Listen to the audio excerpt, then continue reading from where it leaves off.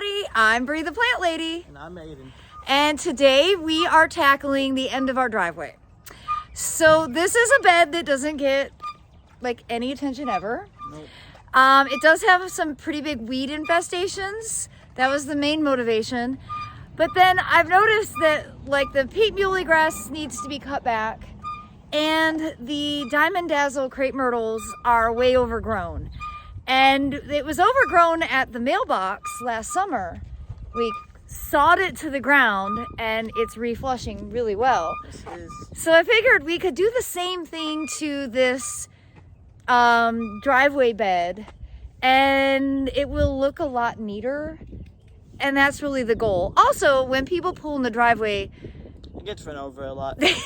It does. If it was a straight shot out, not a lot of people go in reverse straight. Aiden and I are exceptions to that rule. You're an excellent reverser.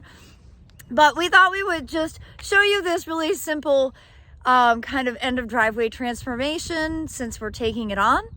And hopefully you'll be inspired by what we accomplished today. Well, as you can see, there's a huge amount of vetch. That's the main motivation to get in here and clean up, because you see the vetch is flowering, which means it's going to be going to seed. And not that I'm ever going to have it under control, but I at least need to try. And then you can see the muley grass is starting to break dormancy, and you see there's green stalks coming out. So we need to go ahead and get all of this cut back. And we're not going to transplant any of this because honestly, this is the only place that muley grass has lived on this property, right along the driveway, like literally concrete adjacent. You can also see that the diamond dazzles, which are dwarf crepe myrtles, but they've gotten quite big and they are kind of in the way of the pink muley grass. And if I had to choose between the two, the muley is definitely the priority. But as I mentioned earlier, we had a diamond dazzle over here that was really big, and we sawed it down to the ground, and this is what grew since then. So I think that this basically a coppicing of these crepe myrtles is kind of the long-term solution so that they don't get too large and we can kind of manage them at their optimum size. And pruning them now, they should be able to flush out enough to still bloom this summer.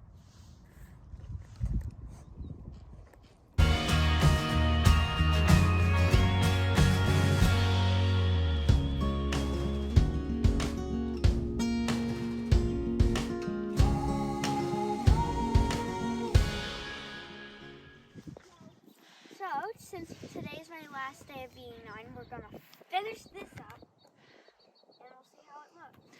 And then we're going to make fabulous flower arrangements for Madeline's 10th birthday.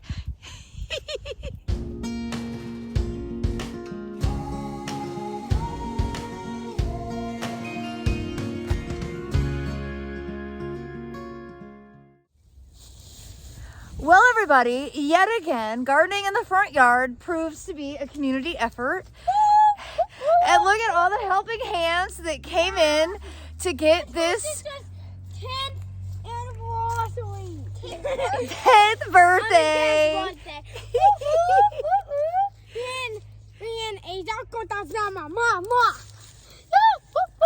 So there you have it, everybody. So we have successfully gotten those crepe myrtles cut back and the pink muley is trimmed. Everything is looking neat and tidy. And I know that all of this stuff will grow back without any problems. So it's going to look great later on in the season. My little brother just found my soup. Well, I hope you'll be inspired by this video, and I hope that you will get outside and get the kids in your life involved in gardening as well. Thanks so much for watching, everybody.